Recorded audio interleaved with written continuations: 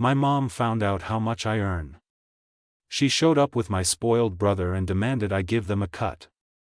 I'm a 31-year-old man, and my mother arrived at my apartment with my brother in tow and a calculator in her purse like we were about to divide up a prize I didn't know I'd won.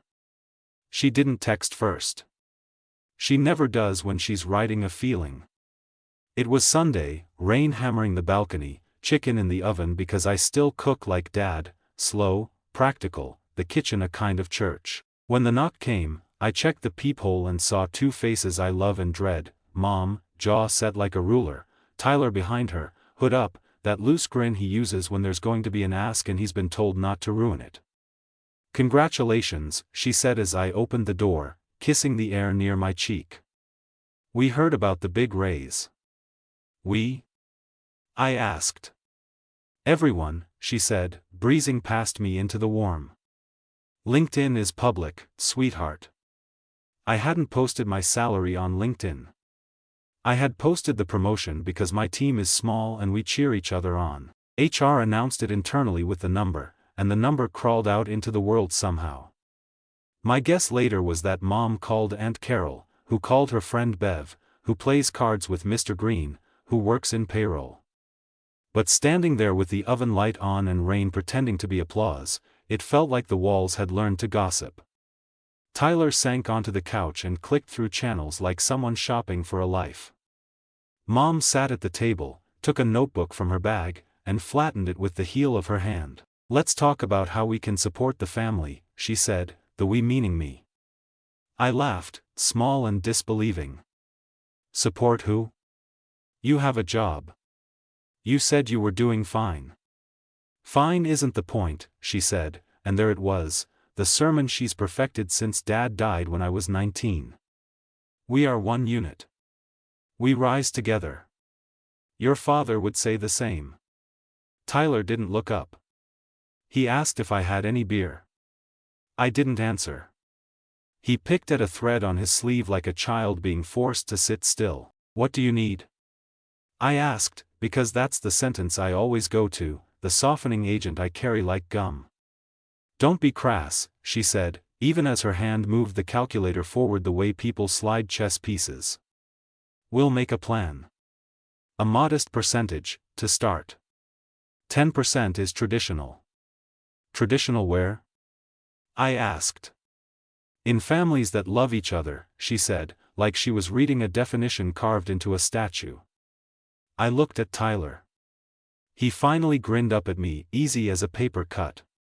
"It's not a big deal, man. Just until I get my startup off the ground." "The sneaker reselling?" I asked. He frowned. "It's diversified now." "You've been, just until, since 2018, I said, trying to keep my voice from doing the shake.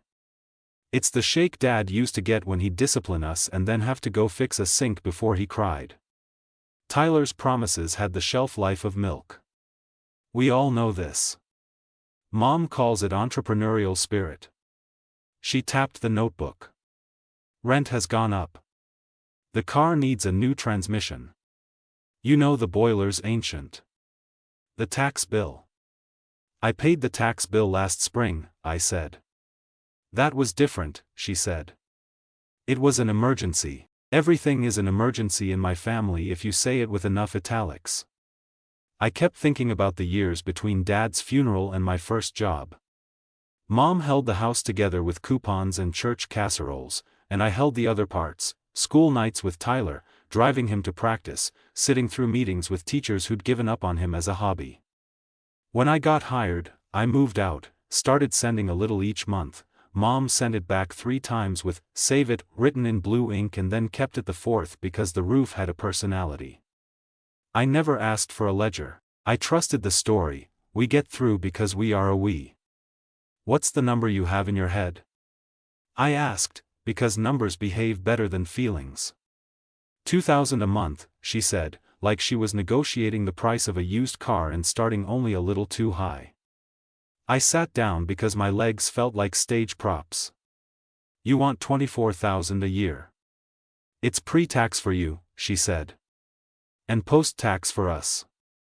Which is generous. Also, that's less than 10%, so you're welcome. She smiled the smile she learned in the church committee years, firm, sweet, undeniably correct. I did the math in my head like a good boy and saw the year I'd planned, savings, maybe a down payment that wasn't a fantasy, slide toward the cliff. I also saw the future, Tyler's bridge loans dressing up as opportunities, Mom's texts full of ellipses, holidays where the casserole came with an invoice my soul would recognize and my bank wouldn't. I can help with a bill, I said, voice low. But I'm not setting up a stipend. She recoiled as if I'd shifted into a different language. A stipend? This isn't charity. This is family. Tyler finally contributed. I can pay you back, he said. We could even make it official. Like, you invest. I put your initials on the website. Your website says, coming soon, and has for 12 months, I said. Because I'm building stealth, he said, as if secrecy were a business model. Mom put one palm on the table. I raised you without letting you see me break. Your father would be proud of how I held this house. Now it's your turn to lift. I wish I could tell you I responded like a man with new boundaries rehearsed and laminated. The truth is I pulled something old out of a drawer because that's where my courage lives. I stood, went to the bedroom closet, dug through the shoe box I never opened, and came back with a letter from Dad. He wrote it 2 days before his last surgery, handwriting steady, no prophecy in the lines. He wrote about work ethic, about choosing people who tell the truth when it costs them, about how much easier it is to give money than to take it but how taking is sometimes the brave thing. And then the line I'd underlined twice in pencil the first time I read it because I didn't have a pen, help your mother when you can, and love your brother without funding his appetite. I didn't wave it like a flag. I set it on the table. Mom didn't touch it. She stared at the postmark like it had broken etiquette. Don't weaponize your father, she said. He asked me not to subsidize him, I said, nodding at Tyler. Tyler sat up. Wow, he said. You're going to let a dead guy ruin my life. The chicken in the oven pinged, and for a second it felt obscene that food still worked. I turned it off and stood there listening to my own breathing like I was trying to decide if I sounded mean. 200 this month, I said finally. For the car. Titled in your name, Tyler. Not Mom's. No cash. I pay the mechanic directly. And we talk at the end of the month about a job. Not the website. A job that withholds taxes. Mom closed her eyes the way people do in movies right before they forgive you for not being the person they wrote. I have never asked you for a thing, she said, which was not true and also the truth as she understood it. Requests that came wrapped in gratitude sometimes arrived as facts. Tyler snorted.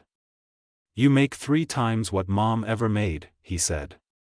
You're acting like we're robbing you. It feels like you've already picked out what you'll spend, I said. Mom's chin lifted. Family pools resources. That's how we survived.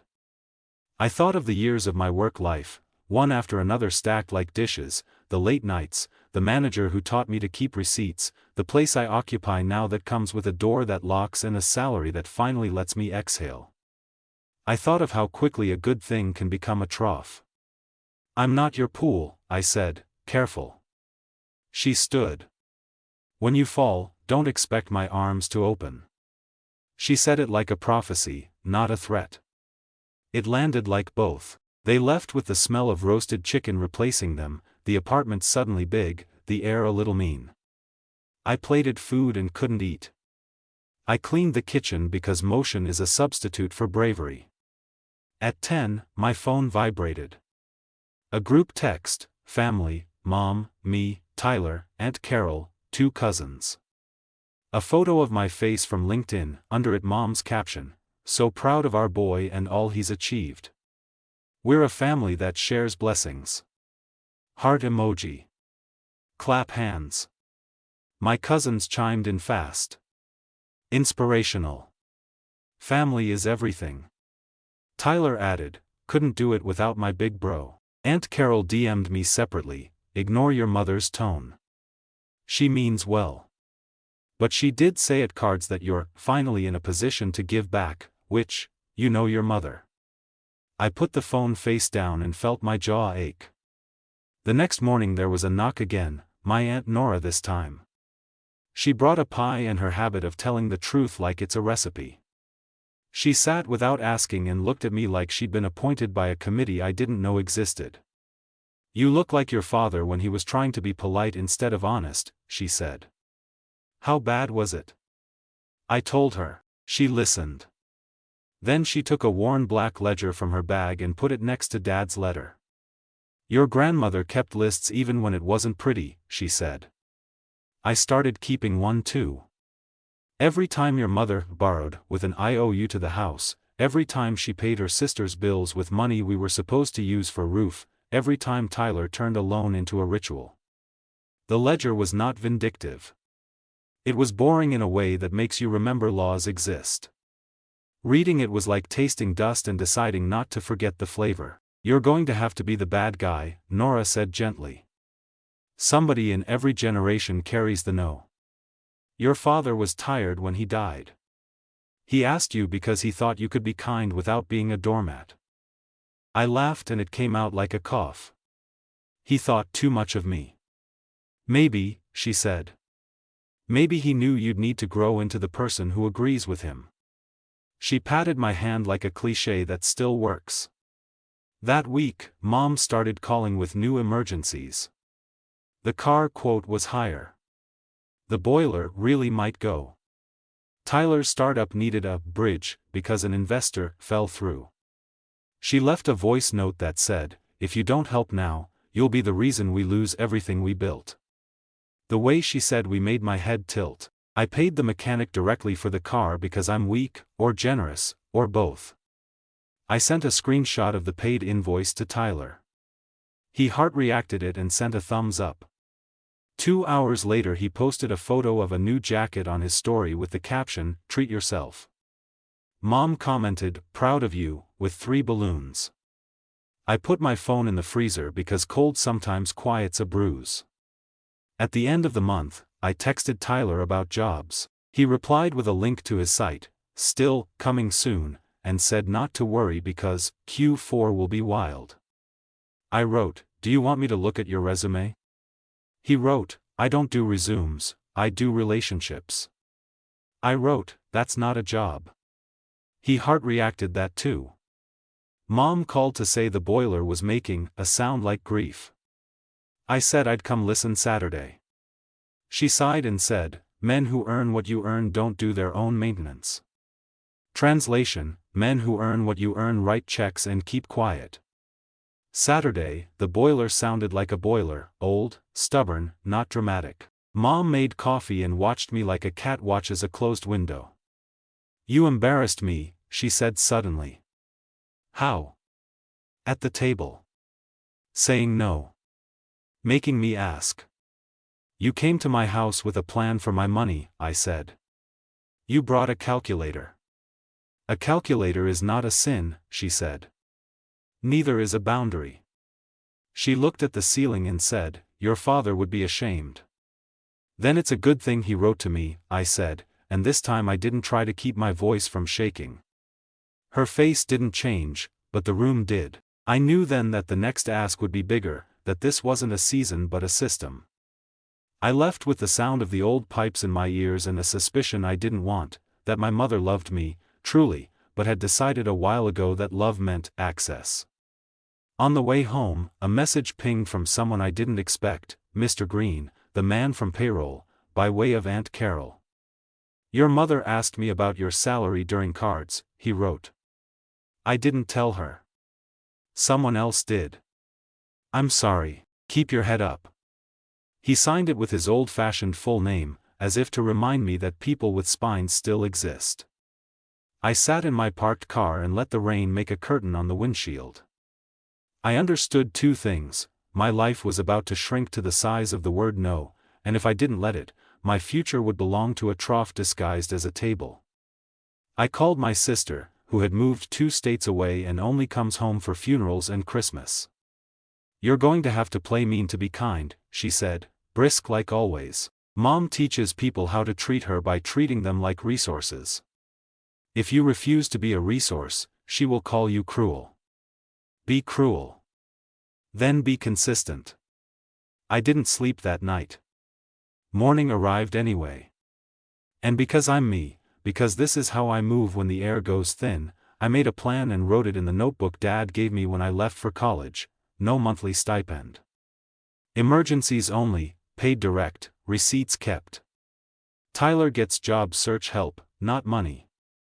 If Mom posts my face next to "We share blessings" again, reply politely with "I handle my own donations," and mute the thread. Expect being called selfish. Survive being called selfish. A knock at the door. Not Mom. Tyler, alone, jacket zipped to the chin, eyes slippery. "Can I crash a week?" he asked. "I had a falling out with a roommate." "How much do you owe him?" I asked. He looked hurt. "Why do you think that?" "Pattern," I said. "It's not a slur. It's a shape." He stared at his shoes, then up at me, mouth twisting. "Just a few hundred." He's being dramatic. He says I used his card for Uber.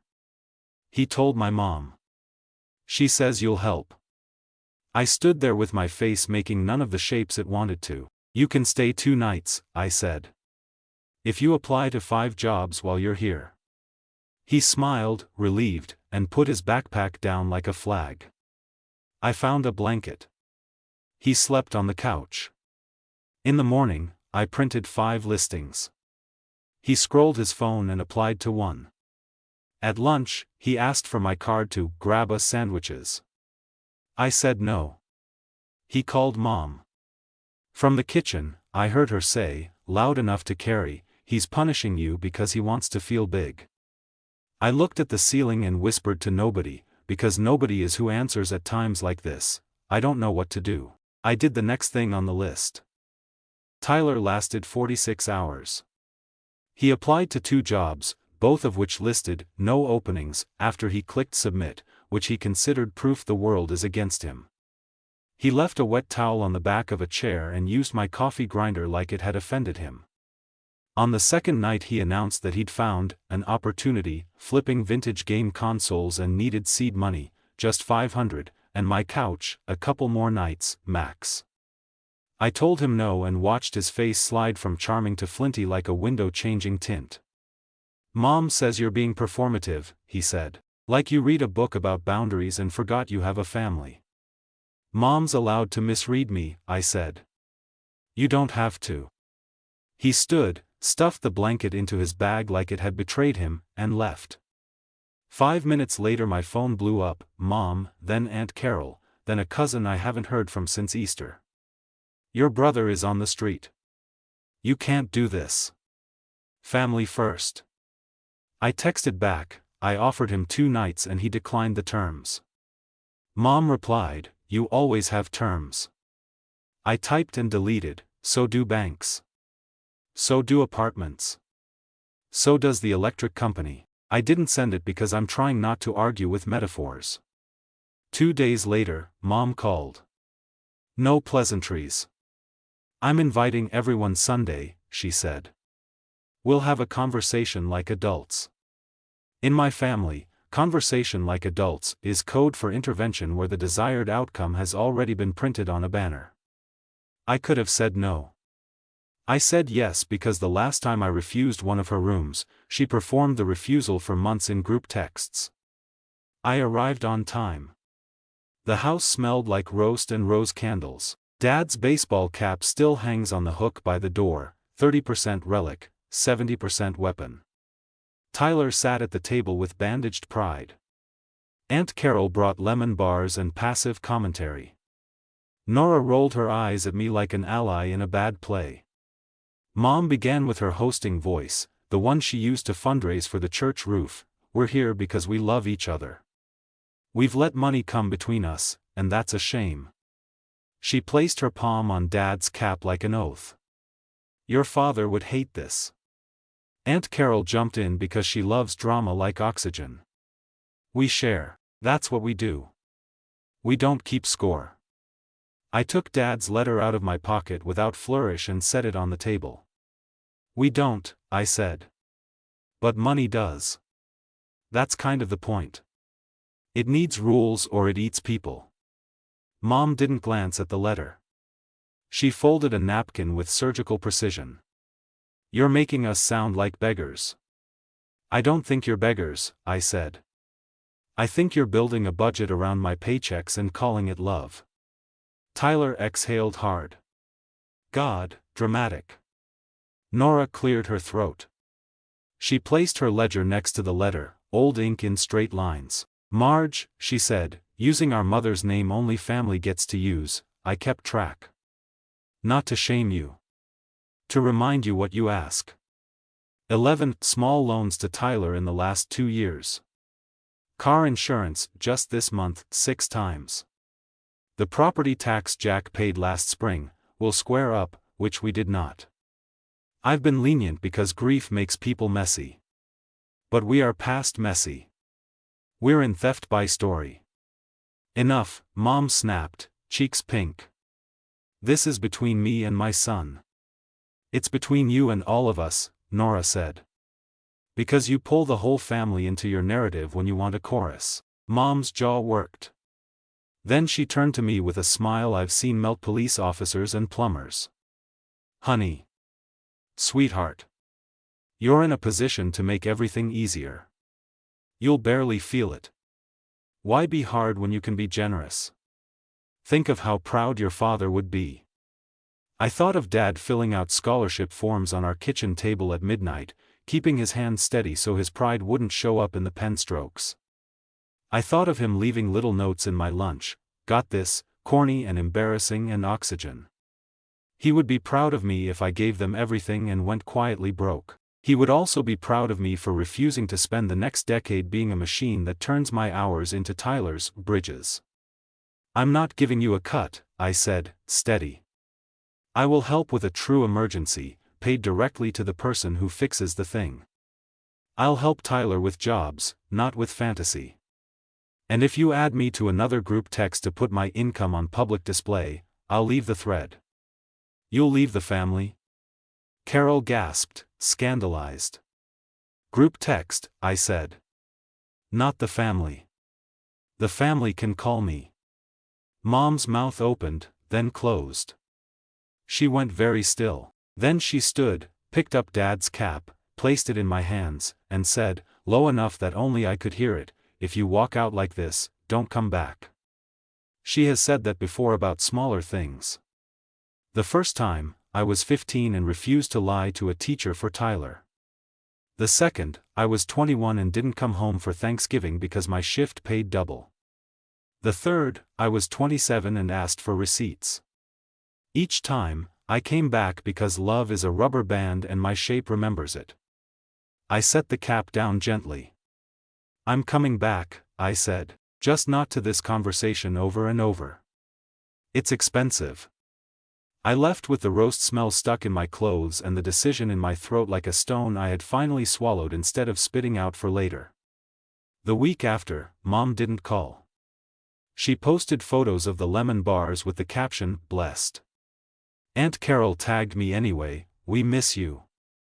Tyler posted a poll, should family support family? Y/N. His followers, most of them men who sell courses called Build Your Brand, voted Y with gusto. My phone buzzed until I silenced it. Silence felt like a skill.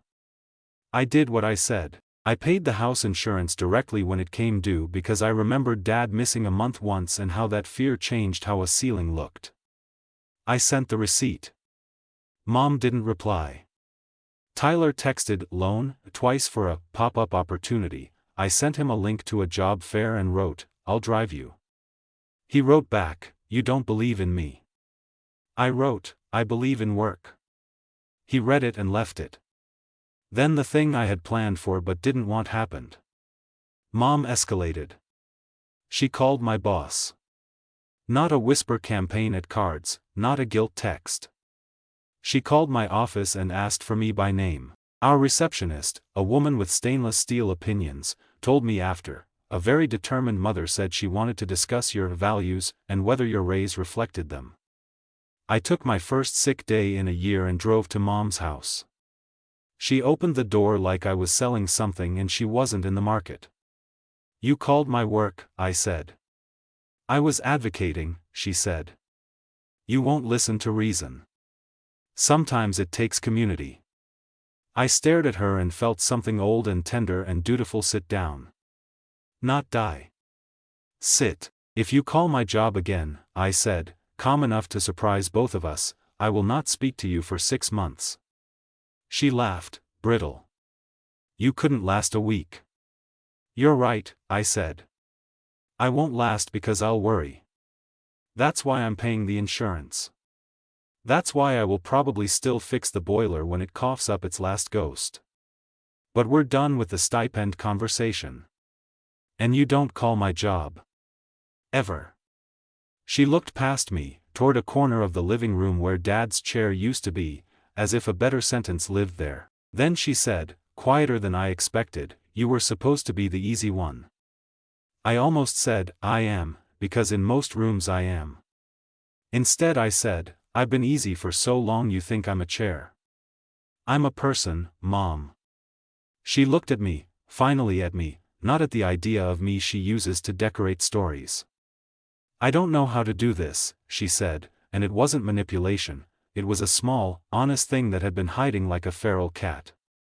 "Me neither," I said. "Let's fail better." We didn't hug. We also didn't throw the conversation at each other like dishes. I left.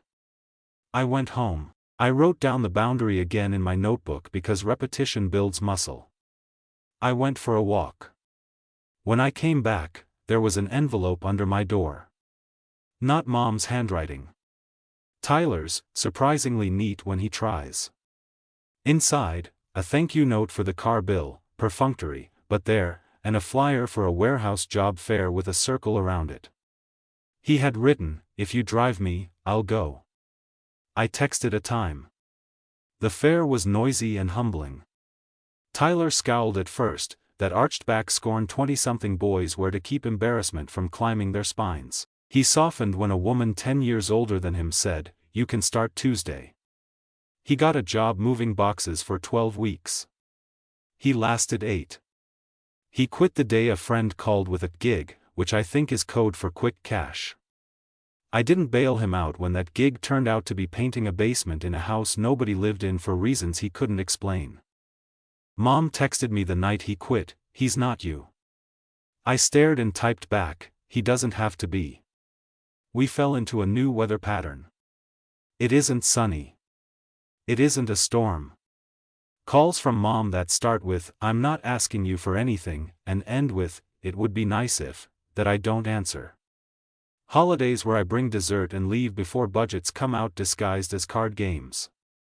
Quiet Saturdays where I fix small things at her house because fixing is how I belong without paying a toll. Then, because life keeps timing jokes badly, I was laid off. It wasn't personal, it was numbers and news and a slide deck that used the words, "right size." I sat in my car with the box on the seat and watched my hands shake without shame. I texted Mom, "Lost my job." I set the phone down and prepared for silence, for a lecture about how this is what happens when you don't keep family first. Her reply came fast, "Come by." I went. She had tea waiting and a folder I recognized, her budget book. She didn't push it at me. She slid an envelope across the table. 3 months, she said. "You helped me with the insurance. I can help with groceries." It wasn't a lot. It was from the account she calls house. It included a note, her handwriting neat, no speeches. No ledger. Dad would say the same. I felt like a person exhaling underwater. Also, she added, lips twitching like humility tastes a little sour going down, "I told Aunt Carol not to ask Mr. Green for numbers anymore because it's tacky. We didn't fix everything." Tyler still texts sometimes with "loan," like a reflex. I still say no, then send a link to something boring that pays every Friday. Mom still posts quotes about abundance and sharing blessings, but now she tags only herself. I got another job. Smaller title, decent health insurance. I called Mom first. She said congratulations without the word we. Then, because she is who she is and because people don't become different species in one winter, she said, when the boiler dies, I'm going to need your hands. I said yes because I can hold a wrench without giving her my paycheck. A month later, we had dinner, roast chicken, like the day she showed up with her calculator. She set Dad's cap on the back of his chair. Tyler arrived late, smelling like paint and ambition. He handed me a six-pack with a grin that had more humility than I've ever seen on his face and said, I start Monday again. He didn't say just until. He didn't say bridge. He said, and if I hate it, I'll stick to it for 12 weeks instead of 8. We ate. We didn't talk about percentages. We didn't solve our old fights. We didn't weaponize Dad. When I stood to do dishes, Mom did too. I can do that, she said. I let her. People ask for a neat end to a messy story like this. I don't have one. I have a set of sentences I repeat until my throat knows them by heart. I am not cruel for refusing to be a trough. I am not disloyal for saying no. I am not greedy for keeping plans I worked for. Help is allowed to be specific. Love is allowed to be smaller than a stipend and bigger than a post. Some nights, when the house is quiet and the old ache tries to tell me I'm a bad son because I didn't empty my pockets at the table, I take out Dad's letter and read the line he wrote like he knew exactly who we both were: love your brother without funding his appetite. I put it back, turn off the light, and go to sleep, glad that I finally learned the difference. I don't know what to do most days. I do the next small honest thing: write the check to the actual plumber, drive my brother to the boring job and make him a sandwich, take my mother a smoke detector battery and throw away the old one, apply for 3 roles even if I like the one I have, and say no quickly enough that it doesn't rot into resentment. It isn't cinematic. It's not a takedown. It's just a man with a notebook and a wrench, keeping his hours his, and his family close enough to love without letting them spend him. Follow me for more stories.